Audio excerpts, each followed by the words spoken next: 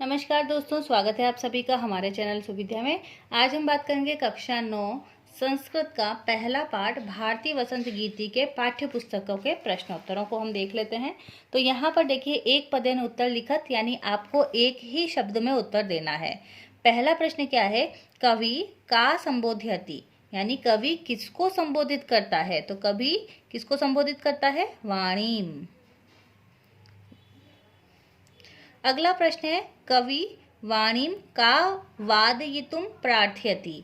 जो कवि है वो वाणी से क्या बजाने की प्रार्थना करता है? वाणी का मतलब सरस्वती की हम यहाँ पे बात कर रहे हैं। कवि किसको संबोधित कर रहा है? सरस्वती को संबोधित कर रहा है।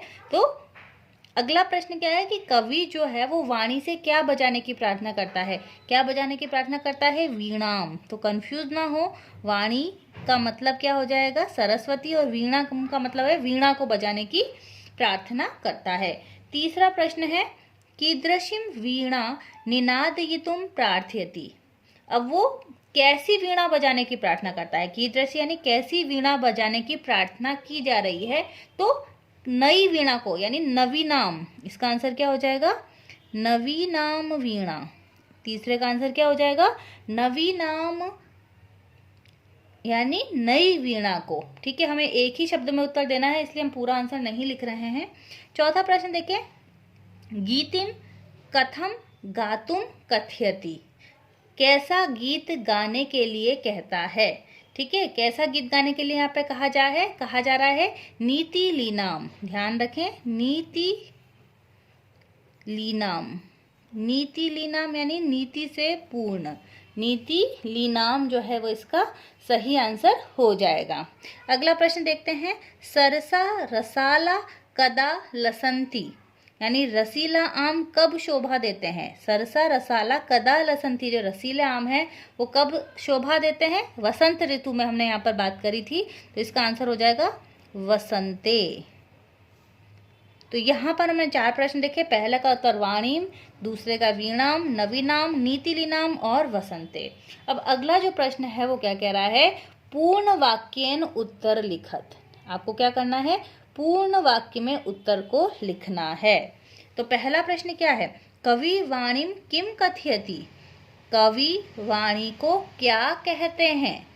कवि जो है वो वाणी को क्या कहते हैं? तो हमने बात की थी अभी, पिछले प्रश्नों में भी आ गया कि नई वीणा बजाने को कहते हैं। तो इसका आंसर क्या हो जाएगा? कवि वाणीम। ठीक है, ये प्रश्न में से आपको लिखना है वाणीम नवीनाम, यानी नई, वीणाम निनादयितुम,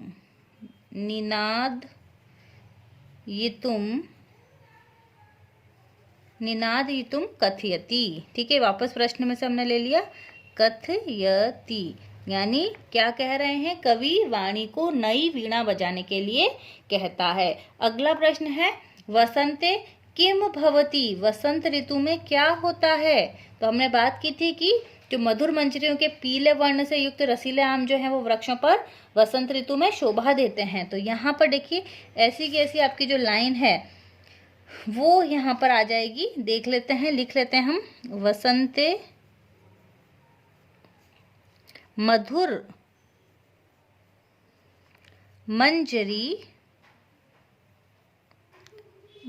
मंजरी भूतमाला।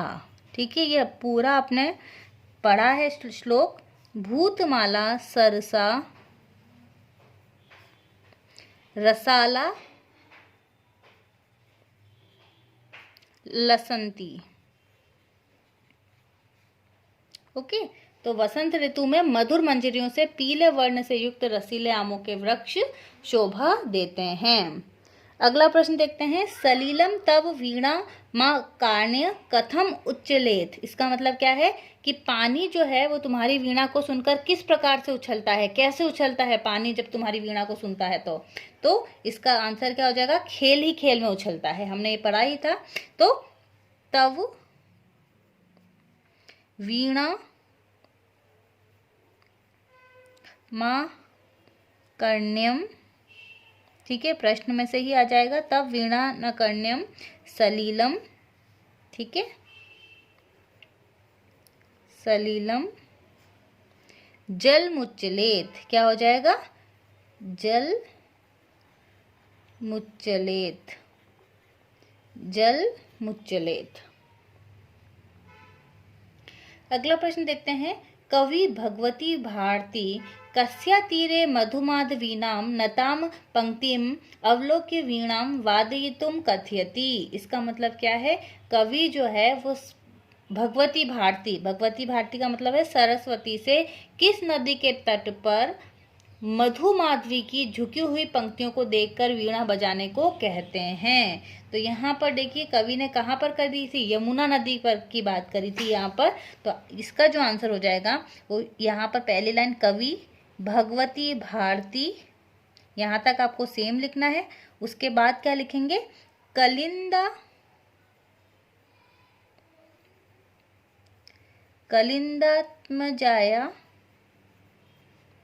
कलिंदात्मजाया सवान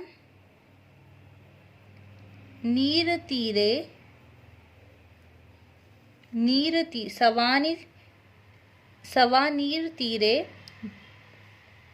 ठीक है। फिर प्रश्न का जैसा आ जाएगा, मधु माधवीनाम नताम पंक्त्यम अवलोक्यम वीणा वादयितुम कथयति, ठीक है। तो आपको इतना सा आंसर रखना है, कवि भगवती भारतीम कलिंदात्मजाया सवानी निरतीरे मधुमाधवीनां नताम पंक्तिम अवलोक्य वीणां वदयितुं कथयति। अगला आपको सामने है कि क और ख स्तंभ जो है वो दिए गए हैं, आपको सही पद जो है उसे चूज करना है, सही पद को चुनना है। तो सरस्वती को क्या कहा गया है? सरस्वती को कहा गया है वाणी। यहाँ पर आप देख सकते हैं वाणी कहाँ है, तो सरस्वती के साथ आपको किसे मिलाना है? वाणी को मिलाना है। तो ये हो जाएगा क के साथ मिला हुआ, ध्यान रखें सरस्वती। अगला है आम्रम, अगला क्या दिया हुआ है? आम्रम। आम्रम का क्या हो जाएगा सही आंसर? रसाल। आम्रम का क्या हो जाएगा? ख। रसाल जो है वो इसका सही आंसर होगा। तीसरा दिया हुआ है पवन। पवन को हम क्या कहते हैं? बहुत सामने ही दे रखा है, समीर कहते हैं। तो ये हो जाएगा ग के साथ। तटे, तटे को मतलब होता है तीरे, तटे का मतलब क्या होता है? तीरे। और पांचवा है भ्रमरान यानी आलिनाम, तो लास्ट में भ्रमराणा यानी हो जाएगा आली नाम। तो ये पांचों अक्षर हो गए। इसके बाद आपके सामने दिया है कि भाई इन पदों का संस्कृत में आपको वाक्य रचना करनी है। तो निनादय जो निनादय जो है वो आप यहाँ पर देख सकते हैं, पहली ही लाइन दी हुई है, निनादय नवीनामय वाणिम वीणाम। ओके, इसके बाद ये सभी लाइनें जो है यहाँ पर दी हुई हैं संस्कृत भाषा में, आपको वाक्य रचना करनी है। अगला है मंद मंदम। अगला क्या दिया हुआ है? मंद मंदम। तो वो भी आप यहाँ पर देखें, ये लाइन दे रखी है, वहती मंद मंदम सनीरे समीरे। तो इजीली आप इसको लिख सकते हैं। अगला दे रखा है मारुतः, ठीक है। तो आप लिख सकते हैं सायंकाले मारुतः मंदम मंदम वहती। अगला दे रखा है सलीलम, सलीलम, ठीक है ना।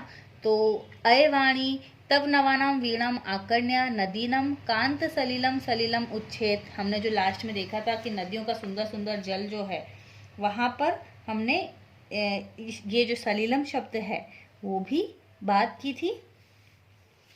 ये आप ये देख सकते हैं, ये वाली लाइन आप लिख सकते हैं सलीलम सलीलम।